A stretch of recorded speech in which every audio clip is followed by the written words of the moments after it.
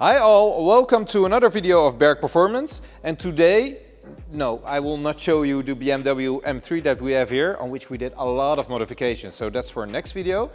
But in this video I will show you what kind of power gains you can expect with a custom stage 1 solution for a BMW 330e Hybrid. What the gains will be with regards to the dragy results, so the 0 to 100 and 100 to 200. And of course the power numbers on the dyno you will see in this video. So for this car we did not do any kind of hardware modifications. That's an important notice to make. We did not delete the OPF, we did not change the stock downpipe, so it's still on the original catalytic converter. Nothing, just an ECU unlock and a custom proper tuning solution for the ECU. 60,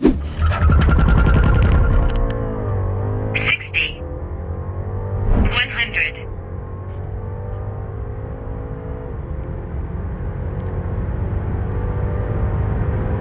Quarter mile. 100.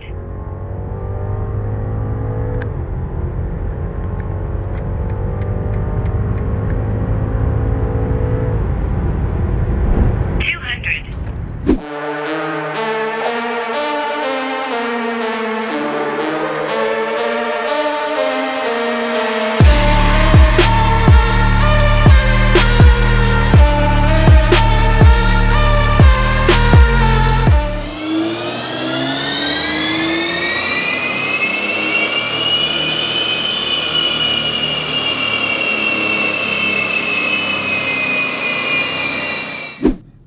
330e Hybrid. What a car! The B48 engine, of course, supported by the hybrid drivetrain. For this specific vehicle we made a very, I will not call it basic, because everything that we do for these cars is a custom software solution, but the hardware is completely stock. So we did not change any downpipes, we did not delete the OPF, we did not even push the car with regards to the ignition timing until the end. Like, just a solid, smooth and reliable tuning for this vehicle, because it will be used a lot on the German Autobahn by the owner and by the company that this car is being used by. A very known customer of mine.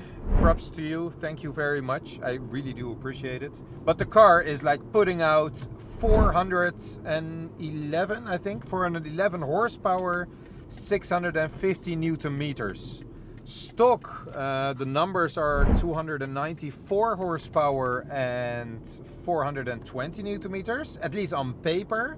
But we measured this car stock, back to back. We did 3 runs stock to see, like, okay, is it doing really that power? But it is over delivering already. It is doing 311 horsepower stock and 460-ish Newton meters, I think it was. But still, the power gain from stock to tuned is not only the peak numbers that you're looking at, the whole power band. Just look at the graph. It is absolutely insane how much power is achieved with the stage 1 solution that we have for this car. Also, when you compare the dragy runs, I mean, the internet, YouTube is full of cars stating some kind of horsepower numbers for the dragy times that they achieve. This car, very simple, stage 1, no exhaust modifications, 98 run used, and this is a touring 3 Series. It's not a sedan, so it's also a little bit heavier and less aerodynamic. It did a 4.7 seconds, 0 to 100. Stock it is 6 seconds approximately. But the most astonishing part, the 100 to 200, this car achieved 11 seconds. 11 seconds just for a regular tune. That is really fast. I saw cars putting out a lot of horsepower and like getting 12-second runs and everything, even though they were sedans, and stating that they have more power than this car. But it is not about peak numbers. As I said before, it is about the whole calibration across the rev range where we are specialized in. So no copy-paste maps. that we use for BMWs, especially not. If you come to me with a Volkswagen Polo 1.2 TSI, for example, I'm not going to make a custom map for that car. It will just be a reliable stage 1 map. But for BMWs, AMG products, and certain VAG models, so VAG models like the 2.0 TSI, 2.5, 3.0 and the 4.0, we make custom mappings. And this one really delivers. I mean, the speed is incredible. It's just a regular 3 Series with 400 above 400 horsepower and 660 Newton meters of torque, I think it was.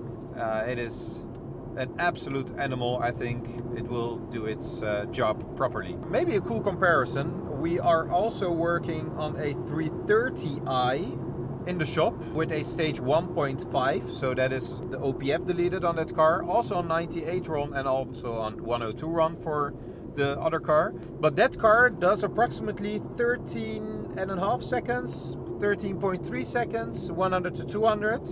Whereas this one does 11 seconds. So it's in base, it's the same 2-liter engine. The one is a A, one is a B, one is a C or a D, it doesn't matter for now. It's about a 330e versus a 330i. The hybrid power, it really supports so much that the torque delivery and the power it puts down also at high RPM is really significant. I think if we do an OPF delete on this car and it will be a sedan, then it will probably run around 10 seconds flat, whereas the 330i does 3 seconds slower. So that is really a big difference compared to a non-hybrid BMW 2-liter engine. The 0 to 100 I measured around 4.9 or something like that with the 330i. This one did a little bit faster, but yeah, I don't give a lot about that one, to be honest, because it's really dependent on a lot of variables. But yeah, let me just floor it one more time. It's just so relentless. I think that's the word. Yeah, I was already driving very high speeds. It is really relentless. It just goes without hesitation. It just here. Immediate torque delivery. You just don't have that in a non-hybrid BMW. But I think for a daily car, this really makes sense to own it. You can even drive it in full electric mode. I think approximately around 40 kilometers maximum. But I think in real life it will be around 30. But especially combined, the power output is like absolutely insane. Good car. So if you have a hybrid car, we in the Netherlands, we have a lot of hybrids. So the 545e, the X5 45e hybrid, the 320e hybrid, the 330e hybrid, and also in the 5 Series you have these engine models available. We can tune these really good, really powerful, but still reliable for the drivetrain, for the car, for the engine.